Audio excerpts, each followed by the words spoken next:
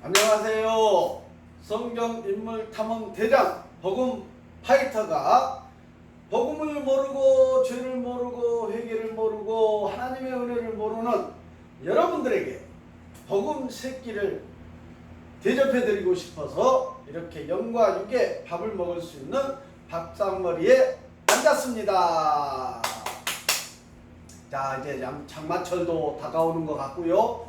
코로나19도 여전한 것 같습니다. 건강하시기를 바라고, 육신의 건강도 중요하지만 영의 건강이 더욱 중요하기 때문에 영의 복음 새끼를 여러분들에게 전해드리고 싶습니다. 지금은 두 번째 테마 성경 인물들을 탐험해보고 있답니다.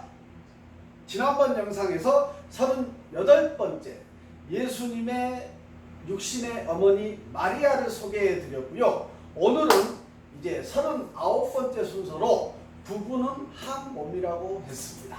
그래서 육신의 아버지인 요셉을 소개해 드리려고 다시 이 영상을 찍어 봅니다. 여러분들을 향해서 외쳐 보겠습니다. 자, 하나님은 십자가 달린 건물 안에 설치된 사각 링이 아니고 바로 여러분들이 있는 세상 속에 설치된 사각 링에 복음을 들고 올라가라, 가서 복음을 전하라, 영혼 구원하여 제자 삼으라 라고 명령하고 계십니다.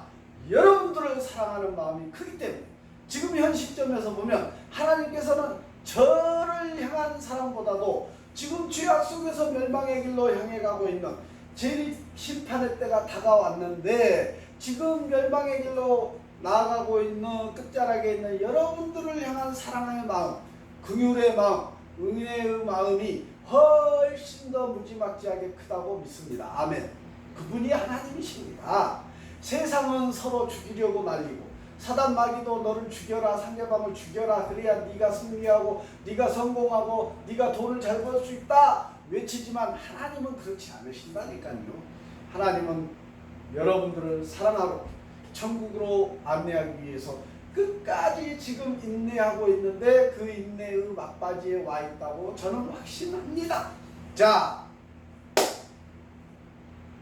나는 죄를 회개하였다, 나는 구주로 예수님을 영접하였다 간증을 하고 또 회중들 앞에서 신앙 고백을 하고 침례 세례 받은 성도 여러분, 당신들은 반드시 이 지상 명령에 땅끝까지 복음을 전파하라, 영혼구원하여 제자 삼으라, 교회로 오는 사람을 관리하라가 아니고 저 사람들이 살고 있는 세상 속으로 가라, 가서 전하라, 땅끝까지 가라. 지금 목숨 걸고 선교 사역을 하고 있는 선교사님들 말이 필요 없습니다. 국내에서도 복음을 모르는 분들에게 나가라, 국내 선교지요. 그게 선교입니다. 전체적으로 누군가에게 복음을 전하는 게 선교지요. 해외에 나가는 것만이 선교니까. 자, 복음을 전해야 합니다. 어떤 수단과 방법을 가리지 말고 사단 마귀보다도 더 지혜로운 방법을 강구해서 내 안에 내주하시는, 내가 교회이니까 내 안에 내주하시는 성령님께 지혜를 구하고 성령님께서 인도하시는 바대로 순종하여 복음을 전해야 할 줄 믿습니다. 아멘. 자, 부부는 한 몸이라고 했습니다. 따라서 마리아에 이어서 이번에는 예수님의 육신의 아버지 요셉에 대해서 여러분들에게 소개해드리고 싶습니다. 자, 오늘 인물은요, 두 명인데 이름이 동일합니다. 비슷한 시기에 동일한 인물이기 때문에 소개해드리고자 합니다. 마리아의 남편 예수님의 아버지 요셉과 또 한 사람은 아리마대 사람 요셉입니다. 이름이 똑같은데 요셉입니다. 자, 이름의 뜻은 요셉은 하나님이 더하시리라 라는 의미를 갖고 있습니다. 요셉이라는 이름은 성경에서 참 좋은 것 같아요. 다 야곱의 아들 요셉도 있지 않습니까? 애굽의 총리가 되었던 요셉. 요셉이라는 이름이 하나님이 더하시리라 라는 의미가 있다고 합니다. 가족 배경은 두 사람 요셉은 그리스도와 관계가 무지하게 많이 있습니다. 한 사람은 예수 그리스도의 탄생과 관련이 있고요. 또 한 사람은 그리스도의 예수님의 죽음과 관련이 있습니다. 특이합니다. 예수님께서 탄생과 또 죽음과 관련이 있는 사람이 요셉입니다. 마리아의 남편 요셉은 다윗의 자손으로 나사렛에서 살았고 직업이 목수입니다. 아리마대 사람 요셉은 부유한 유대인으로 공회라 알려진 사내들인 공회 회원이었습니다. 이 아리마대 사람 요셉은 나중에 이름이 바뀌기요 나옵니다. 자, 신약 성경에서 먼저 마리아의 남편 요셉은 어떻게 언급되고 있느냐? 첫째, 예수님의 어머니 마리아의 남편입니다. 중요한 인물로 성경에 등장하지는 않습니다만은 예수님의 탄생과 생애 속에서는 대단히 중요한 인물입니다. 마태복음 1장 16절에서 야곱은 마리아의 남편 요셉을 낳았으니 마리아에게서 그리스도라 칭하는 예수가 나시니라 라고 언급하고 있습니다. 둘째, 요셉은 의로운 사람입니다. 마리아가 요셉과 정혼을 했을 때 그리스도를 잉태하고 있었습니다. 동정녀 마리아, 성령의 역사에 따라서 잉태되어서 임신 중에 있었다는 얘기입니다. 그는 의롭고 분별력 있는 사람이므로 이 일을 밖으로 드러내지 않고 은밀히 그녀와의 관계를 끊으려고 결심했습니다. 그러니까 인간이니까 자기하고 아무 관계도 없는데 마리아가 잉태했으니까 정혼을 파혼하려고 하는 생각이 왜 없었겠습니까? 인간이니까요. 결심했는데 그는 보통 사람들과 같은 감정을 가진 평범한 사람이었다는 얘기고요. 마리아는 친례 요한을 잉태한 엘리사베스 가정에 가서 용기를 얻었습니다.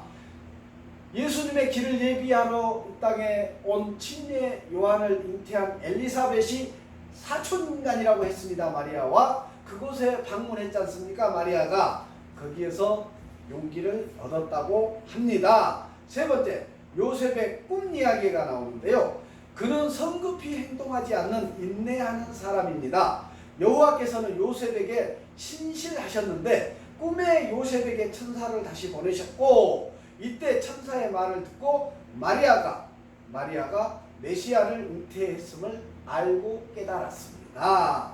네 번째, 예언의 성취가 일어났는데 그는 구약 성경과 메시아에 대한 예언들을 알았고 자신이 메시아 생애의 한 부분을 수종 들어야 할 것을 알고 있습니다. 요셉은. 다섯 번째, 요셉은 순종하는 사람입니다. 천사의 말을 들었고 마리아는 순결했으며 마리아를 아내로 맞이하게 됩니다. 천사의 말을 믿고 순종하게 됩니다. 마태복음 1장 24절에서 요셉이 잠에서 깨어 일어나 주의 사자의 분부대로 천사의 분부대로 행하여 그의 아내를 데려왔으니 라고 언급하고 있습니다. 여섯 번째, 두 번째 꿈을 꾸게 되는데 자, 천사가 다시 나타났습니다. 헤롯은 예수님을 죽이기 위해 음모를 꾸몄습니다. 그때 천사가 요셉에게 꿈에 나타나서 경고합니다. 그 경고를 받아서 헤롯 왕이 예수님을 죽이려고 한다는 경고를 받았습니다. 꿈에. 그래서 헤롯 땅으로 가지 않고 요셉이 애굽으로 마리아와 가족들을 데리고 애굽 땅으로 갔습니다. 이것은 또 다른 과거 예언의 성취입니다. 일곱 번째, 요셉의 직업은 목수입니다. 나사렛 지방의 목수로서 예수님께도 가르쳤습니다. 목수 일을. 여덟 번째, 예수님을 잘 돌보는 요셉. 아버지이니까 당연히 잘 돌보았겠죠. 양육하는 아버지로서 예수님께 일을 가르쳤고 목수 일을 가르쳤고 함께 예배하러 다녔고 지혜와 키가 자라도록 잘 양육하고 돌보았습니다. 아홉 번째, 요셉 인생의 마무리는 예수님 공생의 초기까지도 같이 살고 있었고 십자가에 못 박혀 죽으실 때도 곁에 있었고 그는 그리스도의 죽음 직전에 죽은 것으로 전해지며 마리아가 과부가 되었으므로 예수님이 제자 요한에게 마리아를 부탁했다고 말하고 있습니다. 자, 그러면 두 번째 인물 아리마대 요셉은 신약 성경에서 어떻게 언급되고 있을까요? 첫째, 나타나지 않았던 제자의 한 사람인 요셉입니다. 아리마대 요셉. 사내들인 출신의 공회원인 부자로서 유대인들을 두려워했기 때문에 은밀히 예수님을 따랐던 사람입니다. 은밀히.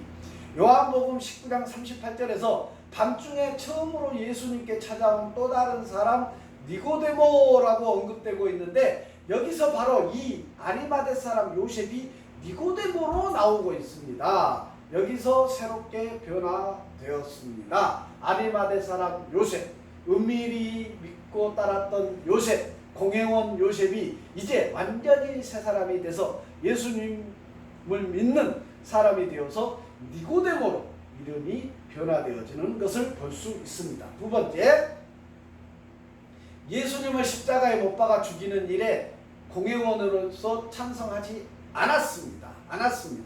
사내들인 공회원으로 의롭고 선한 사람이었습니다. 이 아리마대 사람 요셉이, 니고데모가요.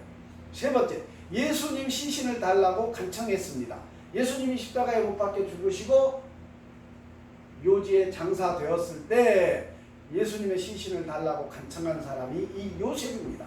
예수님이 살아계실 동안에는 그리스도이심을 알지 못했고 죽은 후에야 이 요셉은, 이 니고데모는 알게 되었다고 합니다. 네 번째, 자기 무덤을 예수님께 드린 니고데모.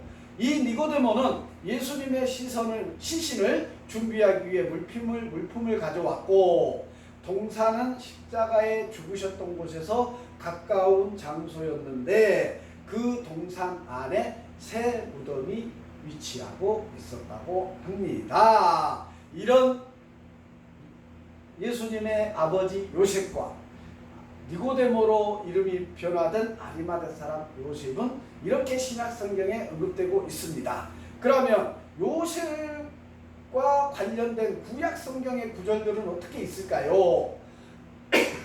첫째, 직접 소개되고 있지는 않지만 구약의 예언들이 성취되는데 도움을 주었습니다. 이 요셉이라는 사람이. 두 번째, 마리아의 남편 요셉에 대해서는 마태복음 1장 22, 23절은 이사야서 7장 14절의 성취입니다. 마태복음 2장 15절은 호세아서 11장 1절의 성취입니다. 자, 아리마대 사람 요셉 니고데모는 마태복음 27장 60절은 이사야서 53장 9절의 성취이고, 마태복음 27장 60절과 다니엘서 6장 17절을 또 비교해 보시면 여러분들이 어떤 관련이 있는지 파악해 볼 수 있답니다.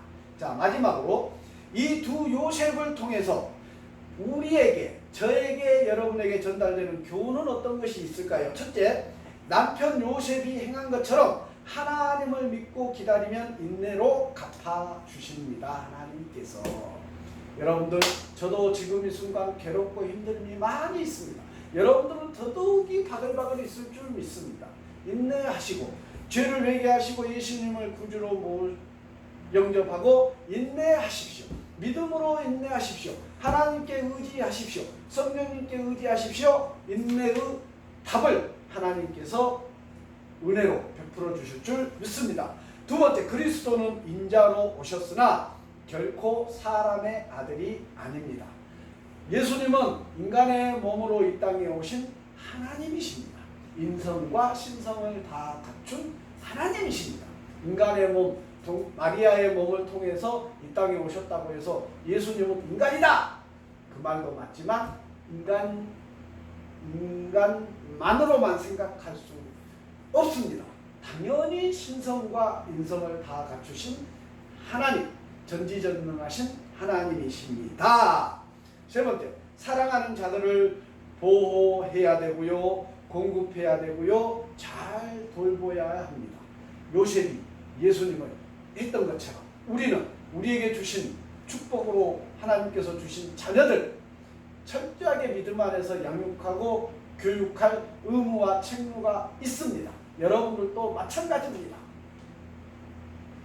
우리나라 교육을 얘기하면 참 저는 싫고요, 별로 화가 나는데, 잘 해야 합니다. 믿음 안에서 천국 백성이 될 수 있는 길로 우리 자녀들을 양육해 가야 합니다. 네 번째, 그리스도를 위한 우리의 영향력은 실제로 나타날 수 있습니다. 제가 이렇게 영상으로 뭔가 하겠다고 하고 있지만 이 영상을 통해서 하나님께서 이 영상을 보는 누군가에게 선한 영향력을 드러낼 수 있다고 저는 확신합니다. 또 코로나 시기가 끝나면 복음을 전하러 누군가에게 제가 복음을 전할 때에 영향력이 반드시 드러나리라 믿습니다. 다섯 번째, 아리마대 사람 요셉 니고데모는 예수님의 죽음 전까지는 은밀한 제자였습니다. 우리의 믿음은 은밀해져서는 아니 되고 드러나야 합니다. 행함이 없는 믿음은 그 자체로 죽은 것이라 라고 말씀하고 계십니다.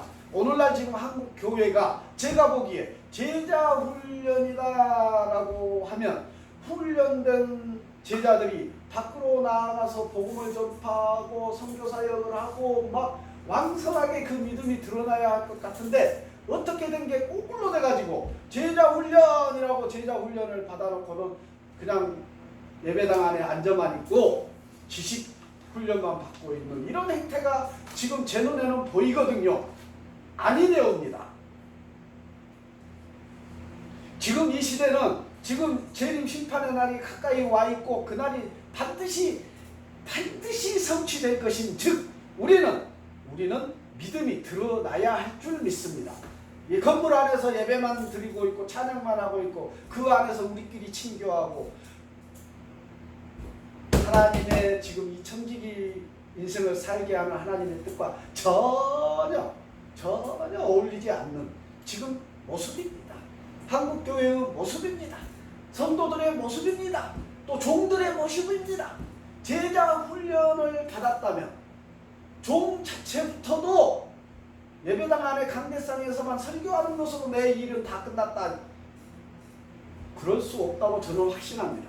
제자 훈련을 받은 성도가 일반 그리스도인이 나는 교회 안에서 예배만 드리고 나는 교회 안에서 기도만 하고 기도만 하면 복음이 전파돼서 저절로 교회로 나온다라고 믿는 걸까요? 그렇게 생각하는 것일까요? No!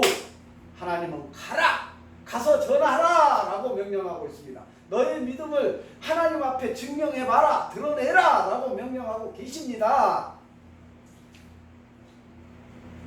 은밀해져서는 절대 안 되는 시기가 지금 성령의 시대입니다. 드러낼 수 있어야 합니다. 담대하게 세상 속에 나아갈 수 있어야 합니다. 아멘. 마지막으로 우리는 인생의 모든 영역에서 최선을 다해서 예수 그리스도를 섬겨야 합니다. 예배해야 되고요. 예수 말씀을 듣고 그 말씀 성경 말씀에 나와 있는 하나님께서 명령하신 명령들에 대해서 철저히 순종해야 할 줄 믿습니다. 자, 제가 오랜만에 첫 번째 테마 청지 신앙 기자비에서 계속 입었던 옷을 한번 입어봤습니다. 자, 마리아와 요셉은 부부입니다. 예수님의 탄생에 철저하게 중요한 인물이고요. 하나님께서 특별히 계획하신 대로 선택해서 사용하신 엄마와 아빠입니다. 한 몸입니다. 그래서 다시 마리아 때 했던 이 도구를 다시 한번 보여드리고 또 해보려고 합니다. 부부는 한 몸이기 때문에. 자, 요셉을 각인시켜 드리겠습니다. 마리아의 영상에서 똑같은 걸 한번 해보겠습니다. 자, 마리아 때는 제가 임의로 4를 선택해서 1, 2, 3, 4 해서 하트가 선택이 되었습니다. 제가 1부터 6 중에 무엇을 선택해도 어떤 상황이 닥쳐도 다 해결된다고 했는데요. 이번에는 그러면 제가 임의로 또 다른 걸 선택해 보겠습니다. 2를 선택해 보겠습니다. 자, 2. 1, 2. 자, 별입니다. 저는 이번에도 여러분들이 별을 선택할 것을 알고 이 가방에 표시를 해 놨습니다. 잘 보시기 바랍니다. 아까처럼 한번 열어볼까요?